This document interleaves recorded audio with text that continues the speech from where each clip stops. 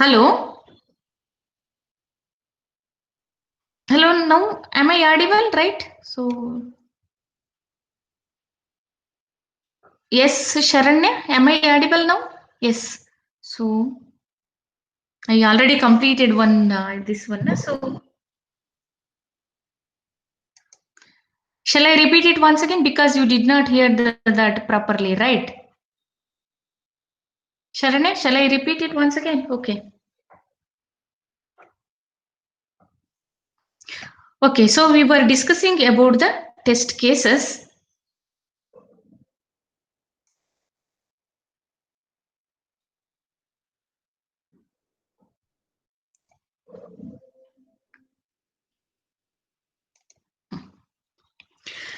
Test cases.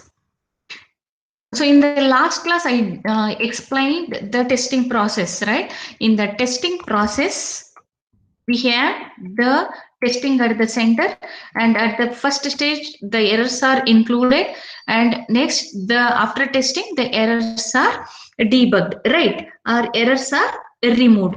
So testing is the central process. So the testing process consisting of test planning, test case development, running test cases, and evaluating test results. So here in today's class, you're going to study about the test cases, then functional testing, structural testing, and also you're going to study about the Venn diagrams. Why Venn diagrams are required, how they are important in testing process, that you are going to study. So first we'll start with the test cases. So the importance of the software testing is to determine the test cases. Okay, means whenever we are starting the testing process, before starting the testing process, we need to determine the test cases, because test cases are very important.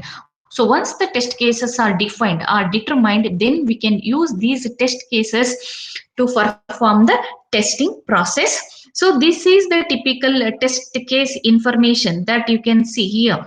So it consisting of test case ID, purpose, preconditions, inputs, expected outputs, post conditions, and the execution history. So as you can see that it is the test case ID, then purpose. So because as we are performing the number of testing processes on the developed system, and we are using the different test cases, and each test case is identified through the test case ID. Next one is the purpose. For what purpose we are using the, for what purpose we are using those test cases, that are for what purpose we are testing the system, that is defined. Next, so we have preconditions and inputs. These are nothing but the two inputs, because whenever we are defining the test cases must consisting of the inputs and the outputs.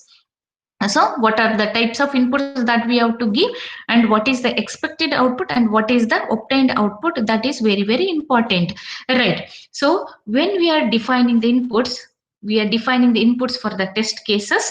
So there are two types of inputs. One is the preconditions, and second one is the actual inputs. So preconditions tells about the circumstances that hold before the testing process starts, or the before the execution of the test case. So here we are defining the preconditions. Preconditions are nothing but the circumstances that we are defining before the execution of the test cases. Understood?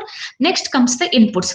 Inputs are nothing but the actual inputs that we are giving it to the system for the execution purpose. Next we have the output. So once again, we have the two types of outputs. One is called as the expected outputs, and the other one is the post conditions. Expected outputs means whenever you develop the system, you need to know, whenever you are giving the input, what will be the expected output. That is defined in the form of a test case. And next one is the post conditions. So these are the two types of outputs. So here we have two types of inputs, preconditions and inputs, and we have two types of outputs, expected outputs and the post conditions.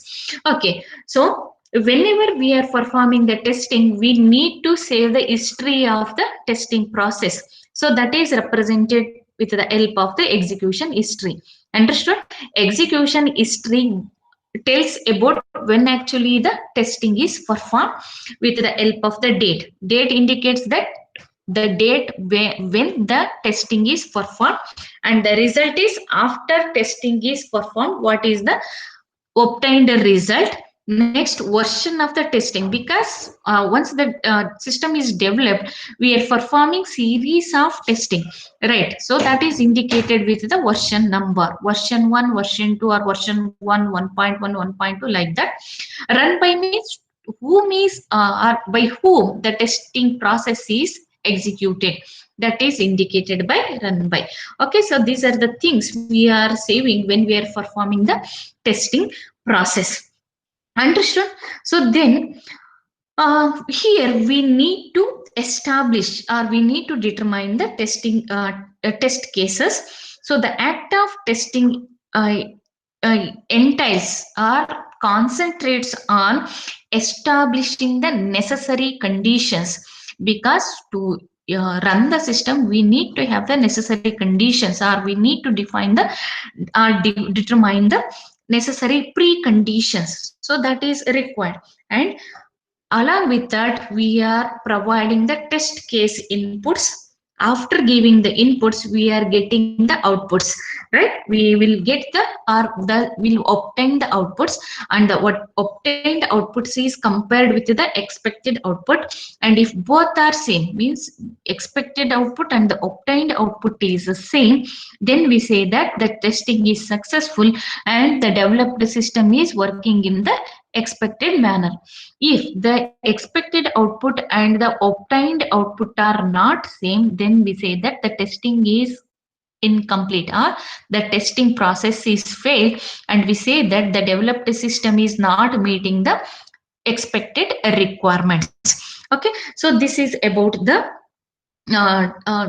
test cases. So test cases are very very important, and these test cases are determined or defined before the testing process starts. So whenever they ask to explain the test cases, first you have to write this information: typical test case information, which includes test case id, purpose, preconditions, inputs, expected outputs, post conditions, and the execution history.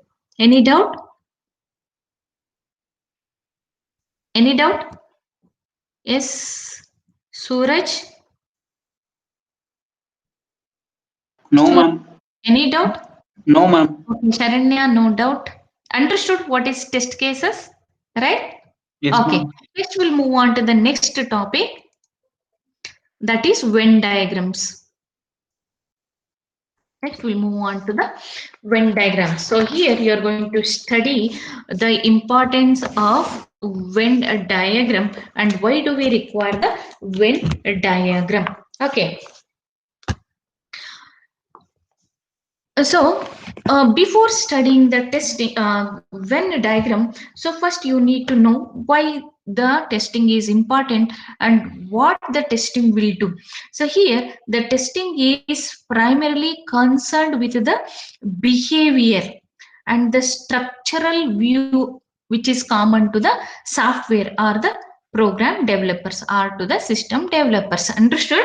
So what the testing will do, it mainly concerned with, or it is primarily concerned with the behavior, and the behavior is orthogonal to the structural view, which is common to the software or system developers. So that is important, right? So testing primarily concentrates on the behavior of the system. Okay, so testing is primarily concentrates with the behavior of the system, and this behavior is orthogonal to the structural view, which is common to the software developers or to the system developers. So we'll see the difference between the structural view of the system and the behavioral view of the system. So first you need to know what is the structural view. The structural view of focuses on what it is.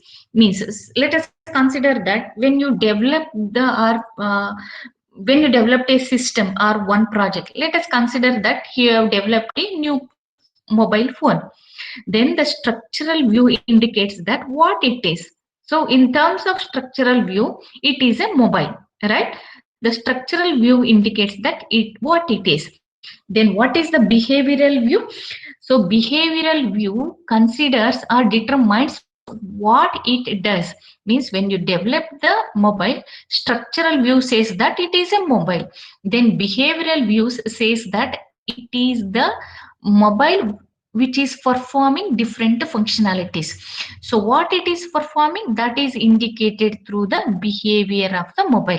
So with the mobile, what we can do, we can make the calls, or we can send the messages, we can chat, or we can view the images, or we can listen to audio, or we can view the videos, etc. So these are the different functionalities of the mobile, and that is indicated through the behavioral view. Understood? Structural view indicates it is a mobile. Okay. Then behavioral view indicates what are the functionalities that the mobile performs. Understood the difference between the structural view and the behavioral view? So structural view focuses on what it is. Means when you develop the product, it indicates that what that product is. Okay. And the behavioral view indicates that what the functionalities the product performs, that is indicated through the behavioral view. And so here we are concentrating on the Venn diagram, right? So why do we require the Venn diagram? So as I said, we are defining the specifications and we have developed the product, and we are representing in terms of structural view or the behavioral view, etc., etc. Still, we will have, or the user or the customer will have number of doubts, and we require the clarifications for those doubts. Then how these doubts are represented? These are represented in terms of a Venn diagram. Understood? So Venn diagram clarifies several questions about the testing. Understood? So why do we require the Venn diagram? So once the system is developed, we are going to perform the series of testing. So then with the help of the Venn diagram, we are going to clarify the doubts about the testing process. Understood? So why do we require the Venn diagram? So Venn diagram clarifies several questions about the testing. So it gives the clarification for the testing process, because as the testing process starts, different persons may ask different questions about the testing. So that is clarified with the help of the Venn diagram. Now you understood why do we require the Venn diagram. So here we are considering the Venn diagram. So it consisting of the specification, or S indicates the specified behaviors. Here we have the S, that is the specification or the expected, and P indicates the programmed behavior. Okay, so S indicates the specified behaviors and P indicates the programmed behaviors. And see here we have these two circles. One is for the specified behavior and the other one is for the programmed behavior. And the specified behavior is represented with the label S, and the programmed behavior circle is represented by the letter P. Understood? Okay, so here these are the specified behaviors and this is the programmed behaviors, and we have the intersection of the two circles, right? This indicates the intersection of two circles, or the, yes. So here this indicates that the specified behaviors are programmed. Understood? Clear? Here we have the set of specified behaviors and here we have the set of programmed behaviors. Among the set of specified behaviors, only this part of the specified behaviors are implemented or programmed. Understood? So this part indicates the specified behaviors which are programmed. Right? Here you can say that for the system we are going to define n number of specifications and the developers are implementing n number of different specifications, but it is not necessary that here in this diagram we can say that it is not necessary that all the specified behaviors are implemented. That is not the case. So here it indicates that only this part indicates that only this much specified behaviors are programmed or implemented by the system developers. So then, so many specifications are defined, but out of that, only few specifications are programmed, or only few specifications are implemented. So why? So what happens? What if certain specified behaviors have not been programmed? Here we have so many behaviors that are specified, but only these are programmed. Then it is said to be a fault of omission. So what the fault of omission indicates? Some of the behaviors that are not programmed.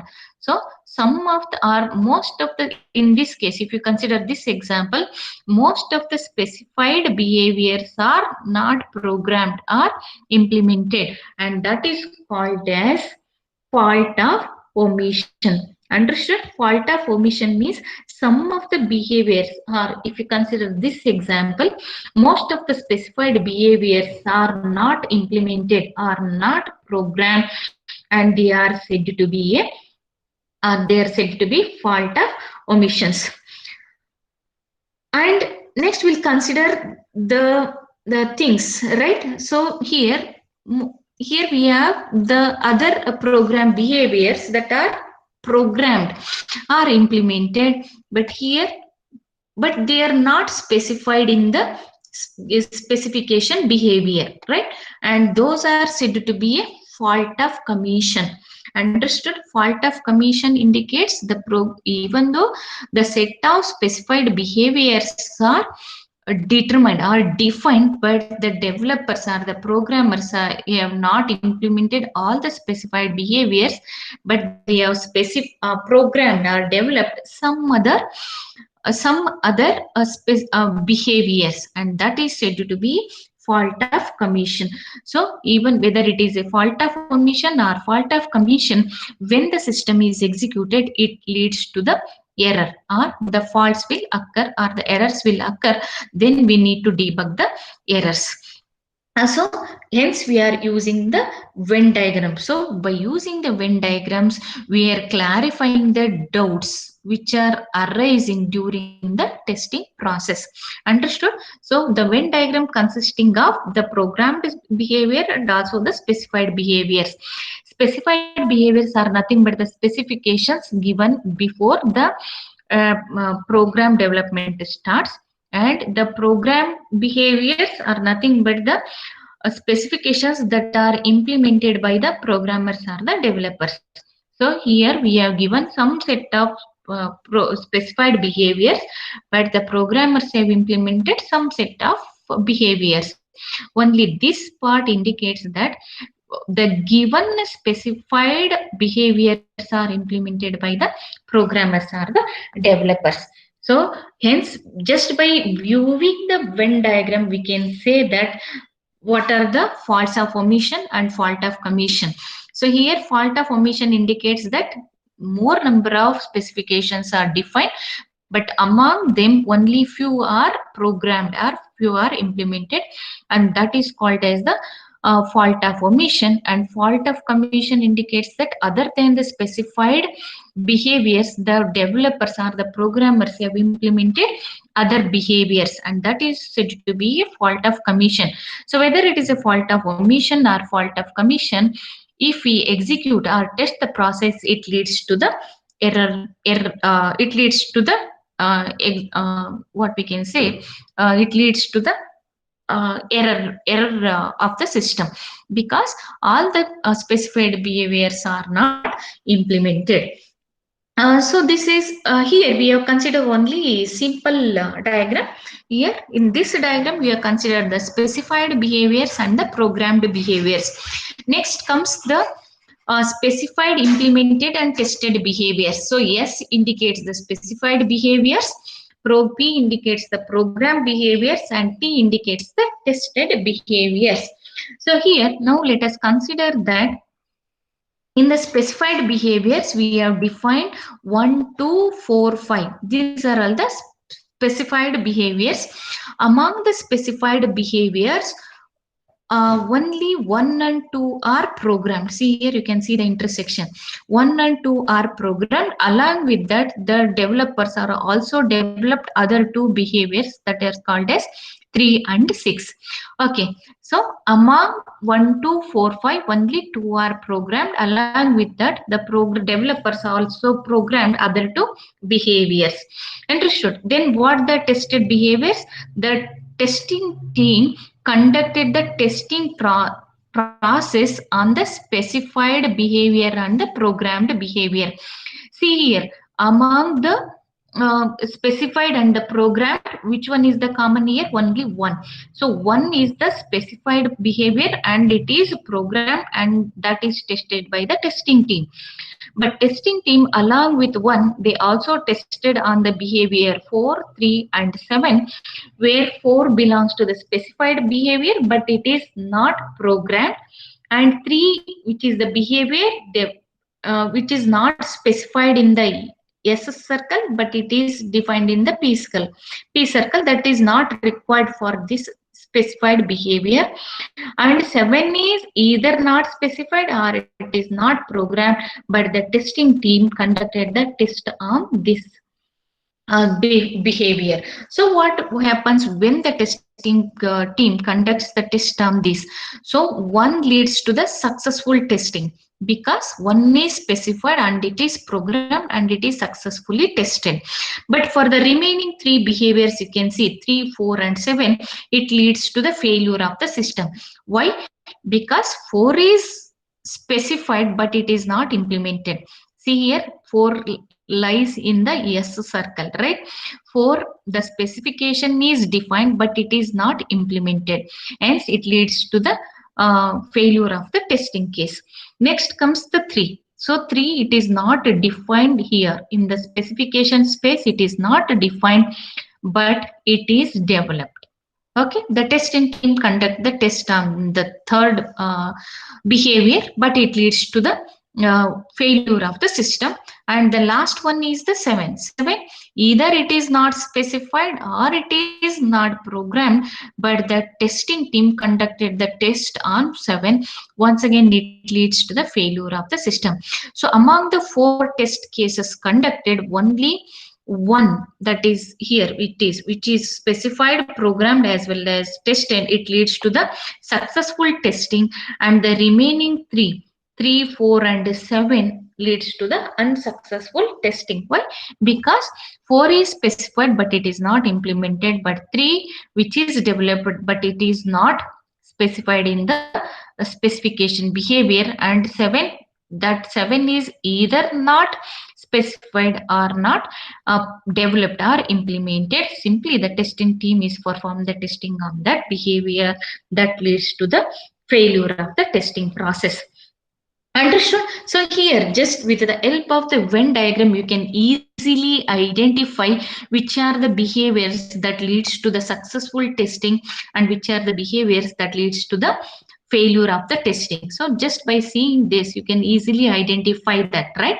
So only one each leads to the successful testing and the remaining 3, 4 and 7 leads to the unsuccessful testing. So this is the advantage of using the Venn diagram. So with the help of the Venn diagram, you can easily specify what are the specification behaviors and what are the program behaviors and what are the tested behaviors.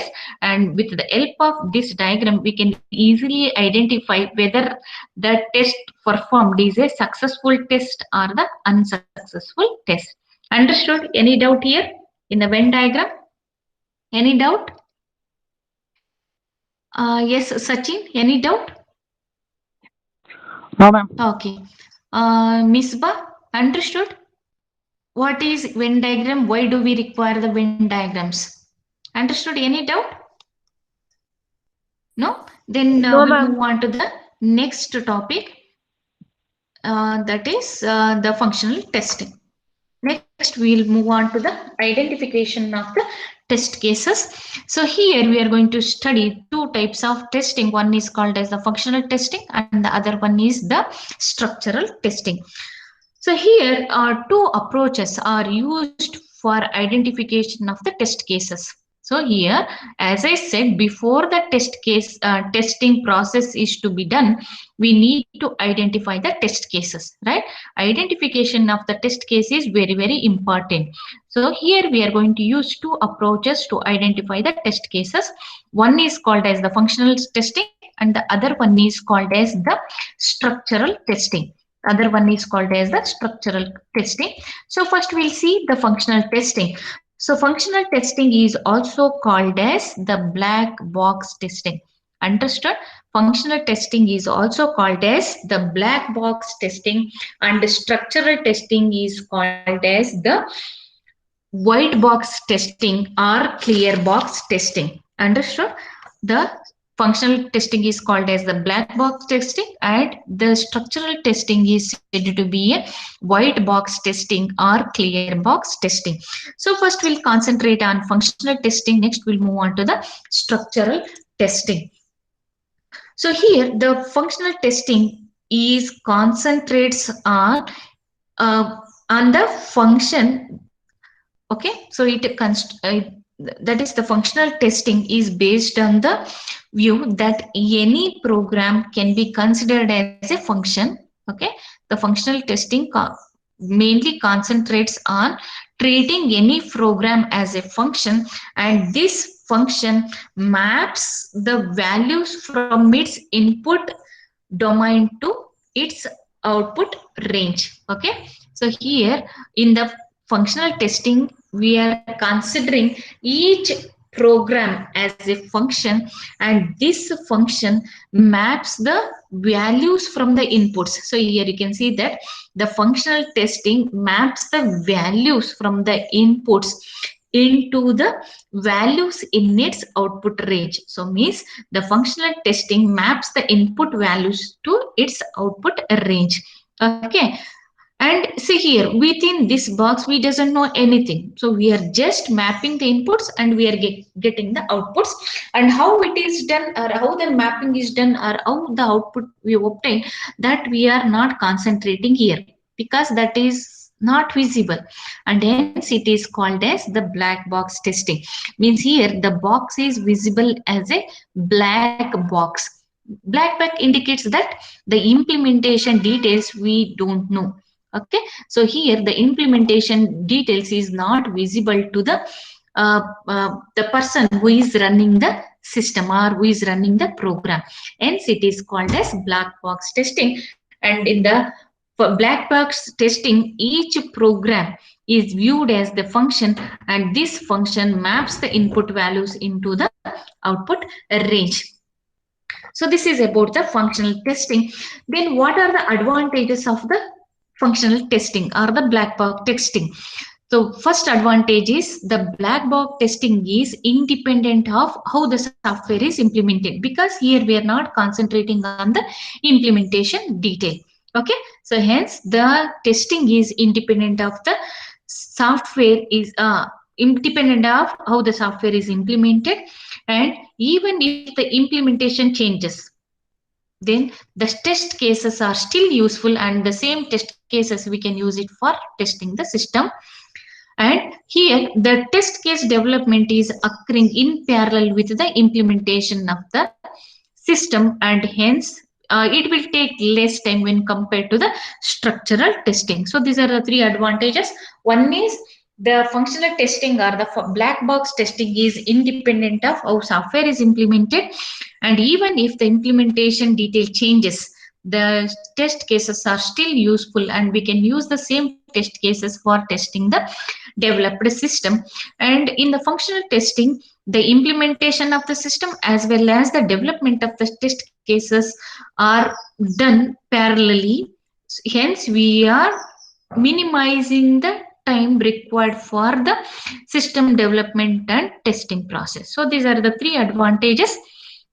And the disadvantages are redundancies may exist among test cases because, as I said, it is independent of how the software is implemented. Hence, the same set of test cases may be defined at different stages, and hence the redundancies may exist.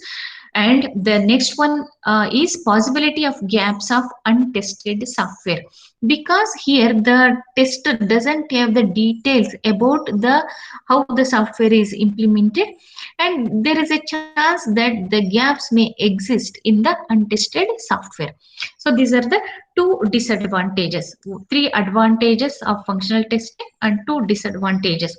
So in the exam they may ask what is functional testing and list out the advantages and disadvantages of functional testing that you have to explain. Okay, so this next we have the, sorry, we are comparing the functional test case identification method. See here we have the specification behavior and the program behavior and test cases. So here in here we have defined the test cases for method A, and this is method B. Means if the system is developed by using two different methods, method A is used to implement the system, similarly method B is also used to implement the system. So what happens here, we are defining the test cases for method A and method B. So for the method A, we have defined more number of test cases. Here, this inner circle indicates more number of test cases.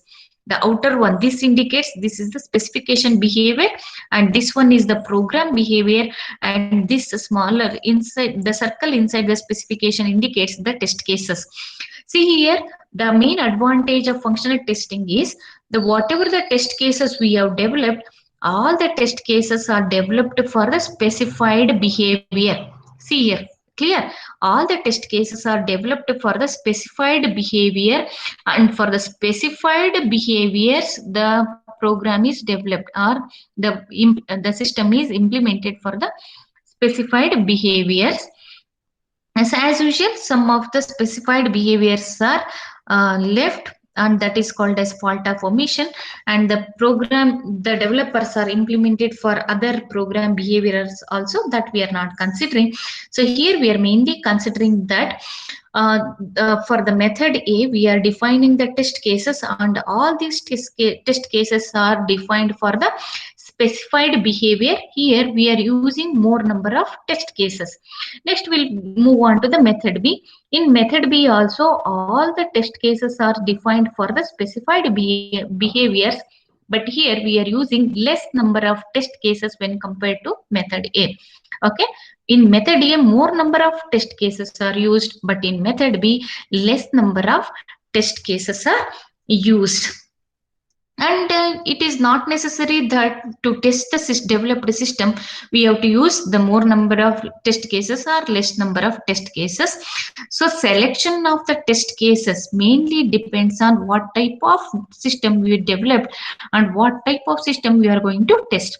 So the large or small number of test cases are not playing any important role, but defining the test cases are very, very important.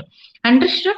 So this is about the functional testing, and next we'll move on to the structural testing. Do you have understood functional testing? Any doubt in functional testing? Yes. Any doubt in functional testing, Nikhil? Any doubt in functional testing? No. Next, shall I move on to the structural testing? Do you have the next class now, or you are free? Sharanya? We have Do you have class, the class now? Yes, ma'am. Huh? Do you Yes, have ma'am. the class? Yes, ma'am. CNS class we have. CNS class is there. At what time you are completing your class? At what time you complete your class? 12:45? 12:45. Shall I take one more class after 12:45? Because Saturday I could not take the class. Shall I take the class at 1 p.m.? So that I'll complete this chapter by today. Because I did not engage the class on Saturday. So I'll engage the class at 1 p.m. Is it okay for you? Gaurav? Suraj? After the Yes. class is there, ma'am. After 12:45, there is a break, ma'am. After that, we have ETM class and CN lab, ma'am. In the afternoon, right? Yes, ma'am. No, I'll take the class at 1 p.m. and leave the class by 1:30. Half an hour class I'll engage so that I'll complete this chapter. Is it okay? Yes, ma'am. For half an hour, I'll engage the class. That's all. Because I did not engage the class. Meeting was there on Saturday. So I did not. So today I'll take that class and complete the first chapter. Okay? No problem, no? Ma'am. Yes, Sachin, Sharanya, Suraj, okay? Yes, Okay, ma'am. we'll meet at 1. Okay, we'll meet at 1 o'clock now. Okay? Understood? Any doubt in functional testing, Venn diagrams and test cases? No? Right. Then I'll leave the class here and we'll start the class once again at 1 p.m. Okay? Right. Okay, you can give the attendance and I'll upload the attendance to the jams. Friday, Miss Bo was not there, right? And Gaurav was present, Sachin was present, Suraj was present, Sharanya was present on Friday's class, right? Ma'am, I was also present, ma'am. Nikhil, yes. Nikhil, Sachin, Suraj, Sharanya and Gaurav was present. Right? Suraj was also present. Okay, 5 members were present on Saturday. Miss was absent. Okay. Ma'am, Raghav was present, ma'am. Raghav was present. Raghavendra, Nikhil, Sharanya, Suraj and Sachin. ಅಷ್ಟೇ ಜನ ಇದ್ದಿದ್ದಲ್ವಾ Ma'am, Sachin Friday? was not present, ma'am. Sachin ಇರ್ಲಿಲ್ವಾ ಅವತ್ತು? ಮತ್ತೆ ಯಾರ್ಯಾರಿದ್ರು? Nikhil, Suraj, Sharanya, Raghavendra and 5 members. Ma'am ಇದ್ದೆ ma'am, ನಾನು ಕ್ಲಾಸಿಗೆ ಅಟೆಂಡ್ ಆಗಿದ್ದೆ. ಸಚಿನ್ ಅವತ್ತು. Okay, so today you attended ಅಲ್ಲ, I give the attendance. Okay, so will meet at 1 p.m. Okay. Okay, I'll stop here and we will meet at 1 p.m.